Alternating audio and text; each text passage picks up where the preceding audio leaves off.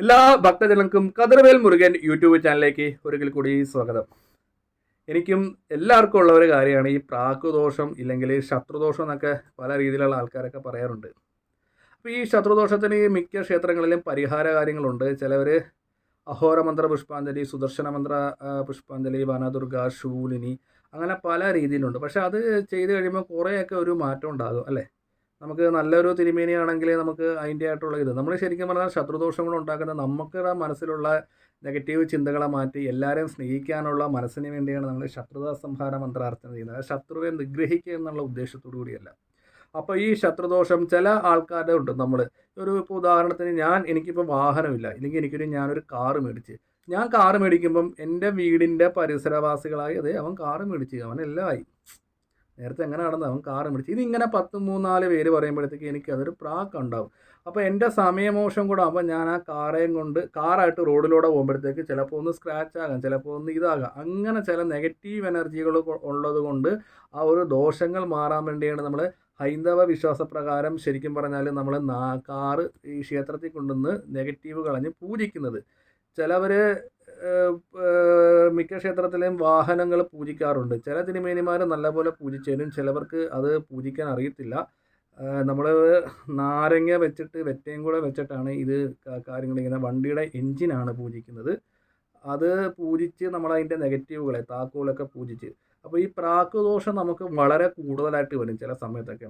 ഇപ്പം ഒരു ഉദാഹരണത്തിന് നല്ലൊരു മുടിയുള്ള ഒരു കുട്ടി പോലെ ആ കുട്ടിക്ക് എന്ത് മുടിയാണ്, അതങ്ങനെ 10-100 പേര് വരുമ്പോഴത്തേക്ക് അതിന് തലവേന മാർത്തിന് അതിൻ്റെ തലമുടികളൊക്കെ ഊർന്നുകൊണ്ടിരിക്കും. നല്ലപോലെ നിങ്ങൾക്കറിയാമോ, നല്ലപോലെ പഠിച്ചുകൊണ്ടിരിക്കുന്ന ഒരു കുട്ടി പഠിക്കാനിരിക്കുന്ന സമയത്ത് അമ്മ എനിക്ക് പഠിക്കാനിരിക്കുമ്പം ഭയങ്കര തലവേദന. കാരണം എന്താണ്, പ്രാക്ക് കിട്ടി. അപ്പോൾ ഈ പ്രാക്ക് കാര്യങ്ങൾ നമുക്ക് നിമിഷ നേരം കൊണ്ട് നമുക്ക് മാറ്റിക്കളയാം നമ്മൾ നിലവിളക്ക് വെക്കുന്ന സമയത്ത്.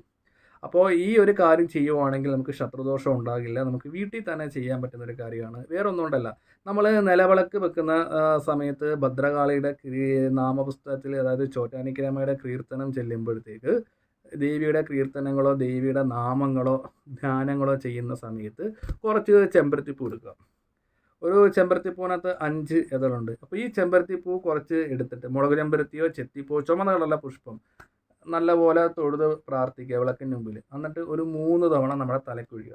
അപ്പോൾ നമ്മളെ ബാധിച്ചിരിക്കുന്ന ഈ ഒരു കാര്യം പറഞ്ഞ് ചെയ്യുക. ശത്രുദോഷം, ദൃഷ്ടിദോഷം, പ്രാക്കുദോഷം, ആഭിചാരദോഷം, കണ്ണുദോഷം, നാവുദോഷം എന്നിങ്ങനെ പ്രാർത്ഥിച്ച് മനസ്സിൽ നമ്മൾ ഈ ദോഷങ്ങളൊക്കെ മാറ്റി തന്നെയെന്ന് നമ്മൾ ഏത് ഈശ്വര സങ്കല്പത്തെയാണോ വിളക്ക് വെച്ചിരിക്കുന്നത് ആ ഈശ്വര സങ്കല്പത്തെ പ്രാർത്ഥിച്ച് നമ്മൾ എന്ത് ചെയ്യണം, ദേവിയെ പ്രാർത്ഥിക്കുക, കൃഷ്ണനെ പ്രാർത്ഥിക്കുക, മുരുകനെ പ്രാർത്ഥിക്കുക എന്ന് സങ്കല്പിച്ച് നമ്മൾ ആ വിളക്കിലേക്ക് 2 കൈ കൊണ്ടും ഇങ്ങനെ പുഷ്പം ഇടുക.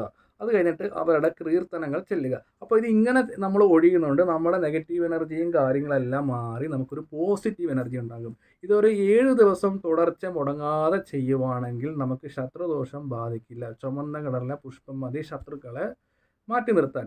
അപ്പോൾ ഇത് ഭക്തിപൂർവ്വം ചെയ്യുക. അപ്പം ചിലവർക്ക് ചേച്ചിമാർക്കൊക്കെ അത്രയും ദിവസം വിളക്ക് പറ്റിക്കാൻ പറ്റിയ എന്തെങ്കിലും മുടക്കവും കാര്യങ്ങളൊക്കെ ഉണ്ടെങ്കിൽ അത് കുഴപ്പമില്ല. പിറ്റേ ദിവസമാണെങ്കിലും അത് ചെയ്താൽ മതി, അമ്പലത്തിൽ പോകാൻ പറ്റാത്തവരൊക്കെ ഉണ്ടെങ്കിൽ.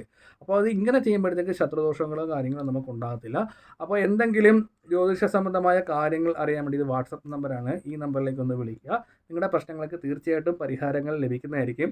2025 സാമ്പത്തികപരമായ ബുദ്ധിമുട്ട് എന്തെങ്കിലും ഉണ്ടെങ്കിൽ, ഇല്ലെങ്കിൽ ജോലിയിലെ തടസ്സം, വിവാഹ തടസ്സങ്ങൾ, ഗൾഫിൽ പോകാനുള്ള തടസ്സങ്ങൾ, അതിനൊക്കെ പരിഹാര കാര്യങ്ങളുണ്ട്. അപ്പോൾ ഈ ഒരു നമ്പറിൽ വിളിക്കുക.